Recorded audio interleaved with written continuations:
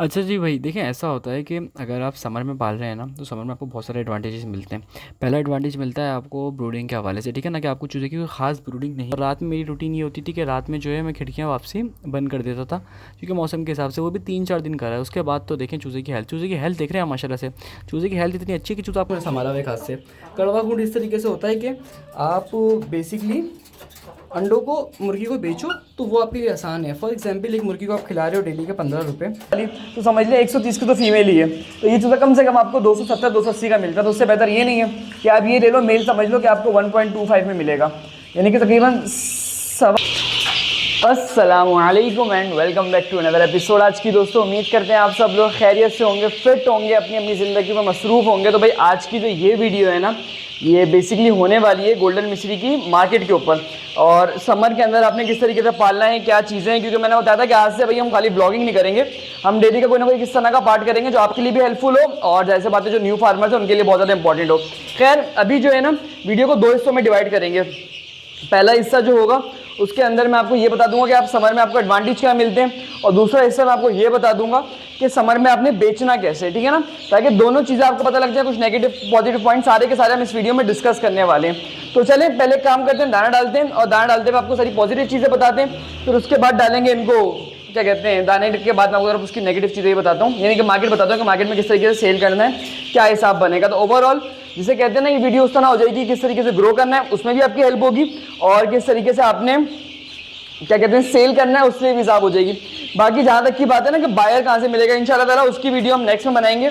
और एक भाई का बहुत देर से कमेंट आया जा रहा है कि पता नहीं कहाँ उन्होंने कमेंट कर दिया, मैंने उनको एक जगह पे रिप्लाई दिया, फिर भी वो कमेंट करे जा रहे हैं कि भाई 100 जो बॉयलर चिक्स हमने यूनिवर्सिटी में पाले थे उनका क्या सीन बना। तो भाई उनकी आपको फिजिबिलिटी मिलेगी, लेकिन इस हफ्ते में मिलेगी, आज 2-4 दिन में नहीं मिलने वाली, क्योंकि वो यूनिवर्सिटी का ब्लॉग था। कुछ चीज़ें ऐसी हैं जो मैं पहले मालूम करना चाह रहा हूँ, उसके बाद मैं फिजिबिलिटी बनाऊंगा, ठीक है ना। तो वो चलें अभी हम क्योंकि देखिए फाइनेंस इन्वॉल्व होगा, तो जैसे बात है ना, कुछ चीज़ों का ख्याल रखना पड़ेगा। तो पहले इनको दाना डाल दें, दाना डाल के फिर आगे चलते हैं, कहानी को लेके चलते हैं। अच्छा जी भाई, देखें ऐसा होता है कि अगर आप समर में पाल रहे हैं ना, तो समर में आपको बहुत सारे एडवांटेजेस मिलते हैं। पहला एडवांटेज मिलता है आपको ब्रूडिंग के हवाले से, ठीक है ना, कि आपको चूज़े की कोई खास ब्रूडिंग नहीं करनी पड़ती।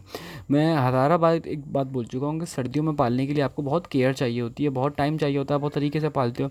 लेकिन गर्मियों के अंदर तो भाई आप कहते हैं ना कि अनाड़ी भी पाल सकता है, और ऐसा होता है कि बहुत सारे अनाड़ी लोग पाल लेते हैं। अच्छा, ये जो मैं देख रहा था ना, ये बुरादे को ऊपर नीचे कर रहा था ताकि जो गंदा वाला नीचे चले जाए, नीचे वाला ऊपर आ जाए, जो बुरादा ना थोड़ा थोड़ा ड्राई हो जाए। तो ये नॉर्मल सी प्रैक्टिस होती है, वैसे तो बेलचे वगैरह से करते हैं, लेकिन मेरे पास बेलचा था है लगेगा नहीं किसी जगह पे, तो मैंने क्या ज़रूरत है। तो सबसे बड़ी बात मैंने आपको बता दिया ना कि आपको ब्रूडिंग में एडवांटेज मिलेगी। उसके अलावा बहुत सारी बीमारियाँ ऐसी होती हैं जो गर्मियों में आती ही नहीं हैं, सर्दियों में आती हैं। कौन सी? जैसे कि अगर मैं आपको बताऊं कि सीआरडी जो होता है या माइकोप्लाज्मा जो होता है, ये नॉर्मली सर्दियों में आता है। गर्मियों के अंदर ये वायरस डाई हो जाता है या फिर इसकी एफिशिएंसी खो जाती है। प्रेजेंट होता होगा, क्या पता एफिशिएंसी खो जाती होगी, लेकिन ओवरऑल ये आपको गर्मियों में तंग नहीं करता। गर्मियों में आपको चीज़ तंग करती है, वो तंग करती है गैस। तो वेंटिलेशन आपने प्रॉपर करनी है, खैर सर्दियों में करती है, लेकिन गर्मियों में मुझे लगता है पर्सनली ज़्यादा वेंटिल गैस होती है। तो आपने बस सफाई वगैरह का अच्छे से ख्याल रखना पड़ता है, और बदबू वगैरह का थोड़ा ज़्यादा ख्याल रखना पड़ता है।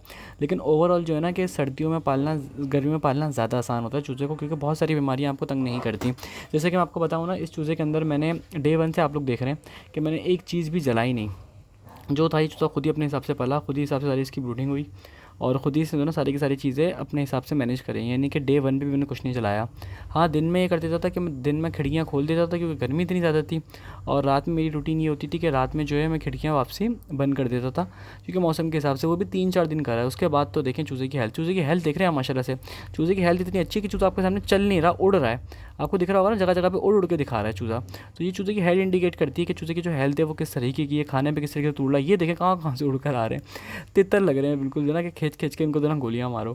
खैर मजाक कर रहा हूँ, मैं कहने का मतलब है तितर को इस तरह मारा जाता है ना, जो खाने के लिए खाया जाता है। कभी शिकार आप में से किया हो किसी ने तो मुझे पता है, कमेंट में मुझे भी पता लगे।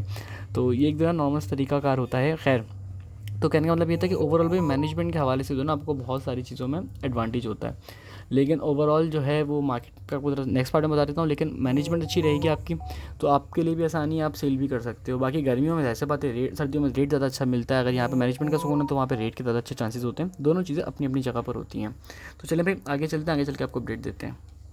भाई फीड डाल दिए इनको अच्छे से, और पानी के बर्तन भी रख दिए। अब कुछ काम है जो मेरे पे ड्यू हैं, और वो कुछ इस तरीके से हम करेंगे आहिस्ता आहिस्ता, कि जैसे जैसे हमारे पेपर ख़त्म होते जाते हैं ना, तो आहिस्ता आहिस्ता करते जाएंगे काम की। आपको रूटीन बता दूँ ज़रा, काम कुछ इस तरीके से हैं, कुछ काम है बेसिकली यहाँ पे फ़ैन चेंज करना है। पहली चीज़ तो लाइटिंग तो करनी है, लेकिन उसके अलावा फ़ैन का अरेंजमेंट करना है बहुत जल्दी। फ़ैन चेंज करना है, एग्जॉस्ट फ़ैन लगाना है, पानी की ऑटोमेटिक लाइन लगानी है। तो ये सारे काम करेंगे आहिस्ता आहिस्ता करके। उसकी वजह ये है कि पेपर फाइनल है हमारा 10 तारीख को। उसके बाद इंशाल्लाह ताला एकदम आज़ाद पंछी की तरह फिर अपने काम सारे दिन आहिस्ता आहिस्ता करके निपटाएंगे, क्योंकि इन कामों में लग जाएगा टाइम। लेकिन अगर बीच में टाइम बचा तो निकाल लेंगे। खैर, आपको अपनी दुख भरी दास्तान सुनाने नहीं आए, आपको पहले बताते हैं जो वीडियो के हमने शुरू में बताया था। वो बेसिकली ये है कि अब आपने किस तरीके से माल को बेचना है। देखें, आपने माल को किस तरीके से बेचना है। आपने माल को बेचना है छोटा, ठीक है ना, आपने माल को बड़ा करके नहीं बेचना। एक मिनट रुके ज़रा यार, आपने बेचना है छोटा छोटा करके, ठीक है। मैंने ज़रा 1-2 मिनट के लिए ब्रेक ले लिया था। मैंने कहा एक चीज़ संभाल समेट के, वो सामने मुझे दिख रही थी। खैर, आपको बातें बताएंगे उसका।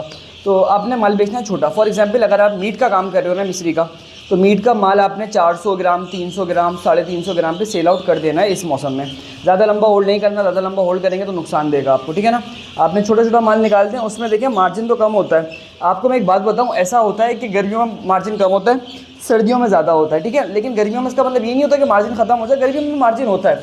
हम सर्दी गर्मी दोनों में काम करते हैं। उसका फ़ायदा हमें सारा ये होता है कि कम से कम जो है मार्केट में ये शो करते रहे कि हम टिके हुए, ऐसा नहीं कि हम छोड़ के चले गए। क्योंकि जाहिर सी बात है, अगर सीजनल रहोगे ना, फिर लोग बोलेंगे यार ये बरसाती है, ये कभी होते हैं कभी नहीं होते, तो इस तरह की ना लॉन्ग टर्म कहानी नहीं बन पाती। तो देख लो माशाल्लाह से हेल्थ देखो चूज़ों की बेहतरीन है।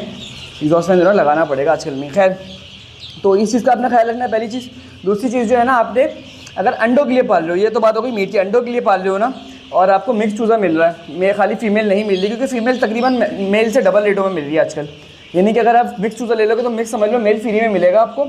और अगर खाली वो लोगे, क्या नाम है उसका, वो चूज़ा लेते हो, क्या कहते हैं, खाली फीमेल लेते हो तो महंगी पड़ेगी। तो ऐसे पता, अगर आप मिक्स ले लेते हो तो उसमें आपने करना क्या है, उसमें बेसिकली आपने ये करना है कि आपने जो चूज़ा है उसका मेल 250-300 ग्राम पे करके 400 ग्राम 500 ग्राम पे बेच देना है, फीमेल होल्ड करनी है। और जब आप मेल बेचोगे ना तो आपको कुछ बचत आएगी, ऐसा नहीं है कि बिल्कुल भी नहीं आएगी, कुछ बचत आएगी। और फीमेल में आपको जैसे पता है एडवांटेज होगा, आपको फीड के पैसे बचेंगे आपके। तो ये काम भी आप कर सकते हो। अभी सिचुएशन ये है कि अभी देखें कोई ख़रीदना बेचने वाला काम नहीं, ख़रीद सकते हो। हमने खुद ख़रीदा हुआ, इंशाअल्लाह ताला का जगह बन गई तो और ख़रीद लें, क्योंकि ख़रीदने के टाइम से ये टाइम बहुत गोल्डन होता है। हमारी की जो पब्लिक होती है, मैंने आपको पहले ही बताया कि लकीर की फ़कीर होती है। माल जब मैं ख़रीदती है, जब माल महंगा होता है, जब माल सस्ता होता है तो ख़रीदना भी छोड़ देती है। उनको सोचना चाहिए कि अभी जो माल ख़रीदो वो 3 महीने बाद तैयार होगा, 2 महीने बाद तैयार होगा। तो अभी मार्केट के रेट इतने गंदे गिरे हैं ना, बकरा ईद से पहले हर जगह पे समझ लें कि चूज़े का रेट भी गिरा हुआ है, फीड के रेट पे भी 200 रुपये कम होगा, जहाँ तक का मैंने सुना है। और हाँ, 200 रुपये कम आई है फीड। और उसके अलावा माल का रेट भी ऐसे बातें बिकने में कम जा रहा है। लेकिन अभी आप पालो, मैं अभी इंशाअल्लाह ताला बकरा ईद से पहले तैयार माल नहीं बेचूंगा। हाँ, कुछ चूज़ा लेने वाला है उसकी अलग बात है, लेकिन जो माल दुकानों पर है ना, मैंने सप्लाई नहीं करना। उसकी 2 वजह है। दुकान वाले अभी देखें पैसे ही नहीं देंगे हमें।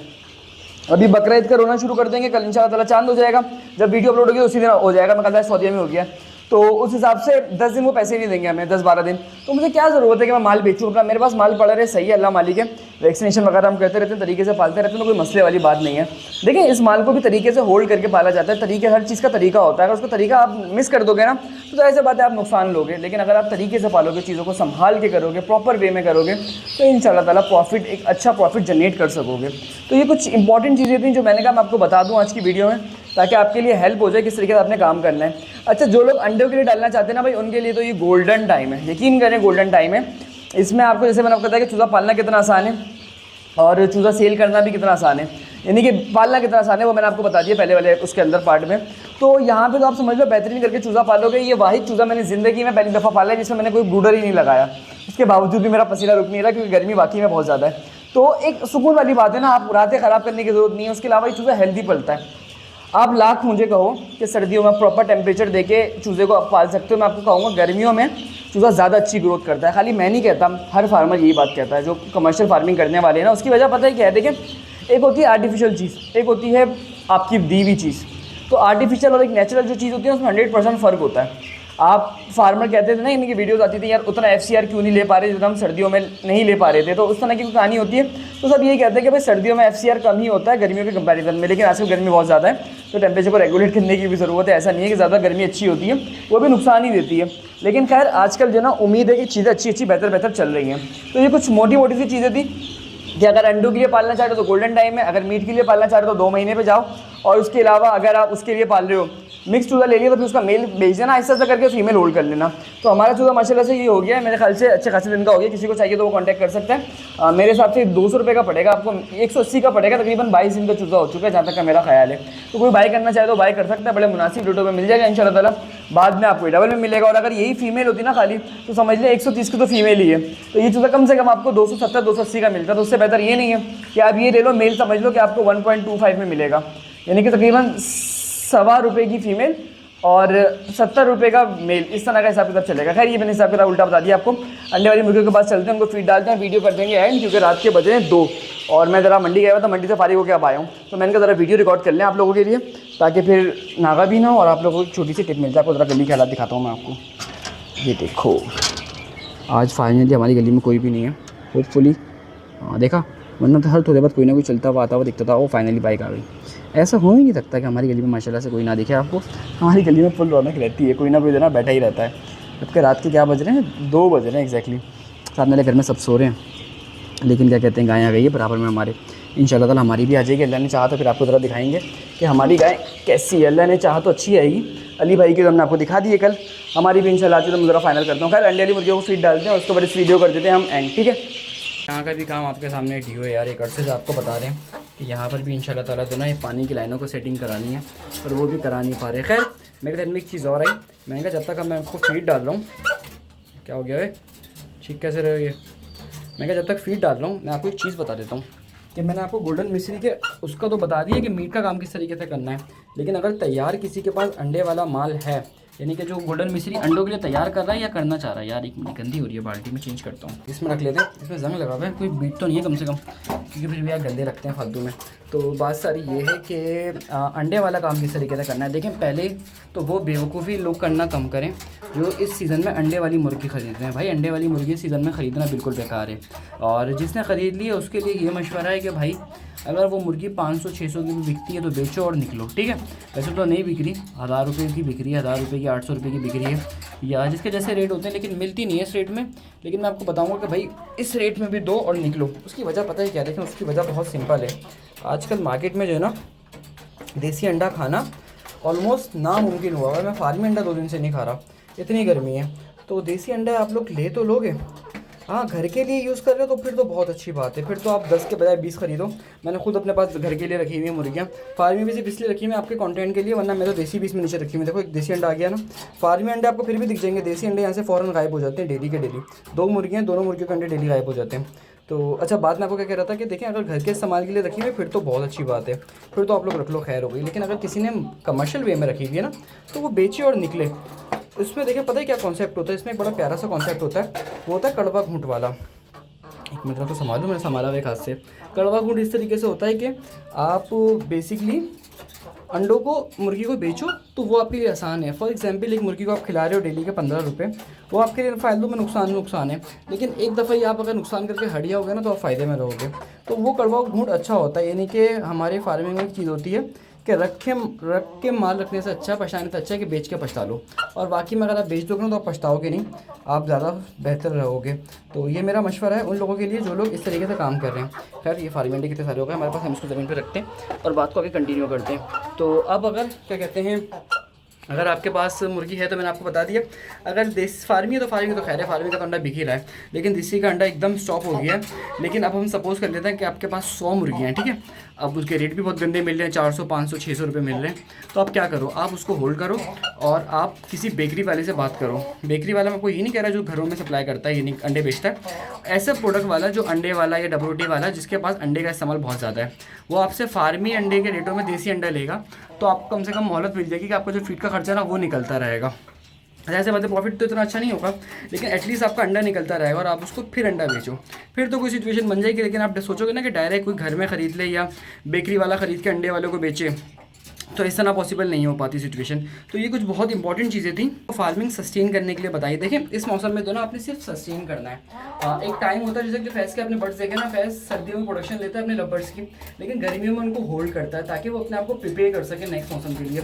इस टाइम पे एक गलती आपके सारे सरमाए को बर्बाद कर देगी। फिर एंड में होगा क्या, बेसिकली जब पीक का सीजन आएगा, जब बेसिकली पैसे कमाने का टाइम होगा, उस टाइम आपके हाथ में कैश शॉर्ट होगा, आपके हाथ में प्रोडक्शन शॉर्ट होगी, तो ओवरऑल आपके लिए नुकसान वाली बात है। तो आपने इस इस तरीके से प्लान करना है कि ये जो वक्त है ना, इसमें आप अपने आप को मजबूत करो, चीज़ों को होल्ड करके चलो, खर्चों को कंट्रोल करके चलो और चीज़ों को ज़्यादा एक्स्ट्रा नहीं बढ़ाओ। लेकिन और अगर बढ़ा भी रहे हो तो प्लान करो कि 3 से 4 महीने बाद आपको रिजल्ट मिलेगा, तो मज़ा आएगा। देखिए मैं आपको ये वो नहीं कर रहा कि मैं आपको वो कर रहा हूँ कि आप गर्मियों में ना पालो। भाई आपके सामने आप देखिएगा, आपका भाई अगर अल्लाह ने ज़िंदगी दी, सब चीज़ें बेहतर रही तो कितने ज़्यादा फ्लॉप डालेगा। सर्दियों गर्मियों सेम डलते हैं, गर्मियों में ज़्यादा डलते हैं सर्दियों के कंपेरिजन में, माल बेहतरीन डालने वाला है। लेकिन एक्स्ट्रा एडिशनल खौफ दिखा के अगर मैं आपको बोलूँ कि मेरा चूल्हा निकल जाएगा अच्छे से, या मेरा ब्रॉयलर निकल जाएगा, या मेरा मिस्री निकल जाएगा, या मैं आपको बोलूँ कि मेरी मिस्री खरीद लो अंडों के लिए अच्छी है, तो वो नुकसानदेह वाली बात है ना। मैं आपको फालतू में क्यों नुकसान दूँ? मेरे पैसे कहीं ना कहीं से निकल जाएंगे। जब मैं यूट्यूब को इतना सीरियस नहीं लेता तो भी अल्लाह मुझे रोज़ी देते था, और अब अगर मैं बहुत ज़्यादा सीरियस ले भी रहा हूँ तो मुझे अब भी यकीन है कि मैं कम से कम इस चीज़ों को सेटिस्फाई कर सकूँ। देखिए मैं आपको एक बात बताऊँ, पर्सनली मैं कोई भी इस तरह की चीज़ प्रमोट नहीं करता कि बाद में जो ना मेरे दिल को दुखो, यार मैंने अपने फ़ायदे के लिए किसी को कोई चीज़ पहन दी। वो बहुत बुरी बात है, क्योंकि आप में ज़्यादा लोग जो लोग हैं ना, वो मेरी तरह है, मेजॉरिटी मेरी तरह है। या तो स्टडिंग फेज में, या अपने लिए कोई साइड पे काम सोच रही है, या फिर वो सोच रहे हैं यार हाउस वाइफ है, इस तरह के लोग हैं। मेजॉरिटी जो है ना, कहीं ना कहीं पैसों की शॉर्टेज है, या पैसों की शॉर्टेज ना भी हो तो अपने आपको पैसे वैसे बातें, ज़्यादा पैसे आज के टाइम पे तो आपको चाहिए एक अच्छा सर्वाइव करने के लिए, भले किसी भी स्टेज पर हो आप हो। तो अगर कोई साइड हसल कर रहा है उसको मैं चूना लगाऊं अपने पैसों के चक्कर में, तो बहुत गलत हो जाएगा। कोर्स भी मैं आपको पता है ना, देखिए मैं आपको यही कह के सेल करता हूँ कि आपका इसमें फ़ायदा है।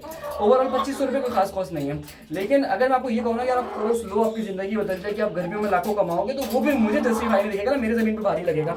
अभी अल्लाह का शुक्र है बड़े तरीके से हम चल रहे हैं, चीज़ें बेहतर हैं, वो सब आपकी चीज़ें सामने हैं। तो खैर वीडियो को हम एंड कर देते हैं। आई होप कि ये वीडियो पूरी की पूरी एक ही किस्म की हो गई है, यानी कि पूरी की पूरी वीडियो में आपको हमने सिर्फ और सिर्फ इन्फॉर्मेशन दी कि किस तरीके से आपने फार्मिंग करनी है, किस तरीके से संभालना है, और ये हमारी उस सीरीज़ का पार्ट है जिसमें हम इन्फॉर्मेशन अप्लाई करते हैं, खाली ब्लॉग नहीं है। तो आपको लगी कैसी मुझे ये बताएगा, क्योंकि बहुत सारी चीज़ हमने कवर करने की कोशिश करी है। रात के 2 बज रहे हैं, पर मैंने कहा ब्लॉग रिकॉर्ड करके फिर सोएंगे, मंडी से तो हुआ है फारिग। और उसके अलावा अगला टॉपिक कौन सा चाह रहे हो मुझे ये बता देना आप। अगला टॉपिक जो मेरे जहन में है वो ये है कि एक तो हम ले लेंगे उस पर फिजिबिलिटी पे चले जाएंगे, या हम चले जाएंगे गोल्डन मिस्ट्री मार्केट में सेल किस तरीके से करना है, बायर कहाँ से लेना है, या आपके जहन में कोई भी टॉपिक हो मुझे बताओ, आप कमेंट करके अपने नाम के साथ इंशाल्लाह ताला फिर उस पर भी ना कोई वीडियो बनाने की पॉसिबिलिटी निकालेंगे। तो मिलते हैं कल के एपिसोड में, अपना ख्याल रखेगा। साथ साथ अगर हमसे पोल्ट्री फार्मिंग सीखना चाहता है तो हमारा फार्मिंग का कोर्स भी बाय कर सकता है, जिसकी फीस है 2500 रुपीज़, जिसमें हमने फार्मिंग से रिलेटेड बहुत सारी चीज़ें बहुत अच्छे से गाइड करी हुई हैं। और अगर आप फार्मिंग कर रहे हैं या करना चाह रहे हैं तो दोनों सिचुएशन में आपके लिए कोर्स फ़ायदेमंद होगा, क्योंकि मुझे खुद फार्मिंग करते हुए 6 साल हो गए हैं, और मेरी जो डिग्री है ना कराची यूनिवर्सिटी से, वो भी BS पोल्ट्री साइंस की ही है। तो अगर क्या कहते हैं, क्योंकि और हमारे कोर्स का सबसे इंपॉर्टेंट पार्ट है वो है कंसल्टेशन का। जाहिर सी बात है ना, आपको सिर्फ कोर्स बेच के हम साइड पर नहीं हो जाएंगे, आपको गाइड करेंगे किस तरीके से आपने करना है। आपका कोई भी सवाल हो आप हमसे पूछ सकते हो, आपको इंशाल्लाह डॉक्टर की जरूरत नहीं पड़ेगी, और आपको वो मशवरा मिलेगा जिसमें आपका फायदा होगा, यानी कि आपको किसी किस्म का चूना नहीं मिलेगा इंशाल्लाह। इसका आपसे बात है। तो मिलते हैं कल के एपिसोड में, अपना ख्याल रखेगा। अल्लाह हाफिज़।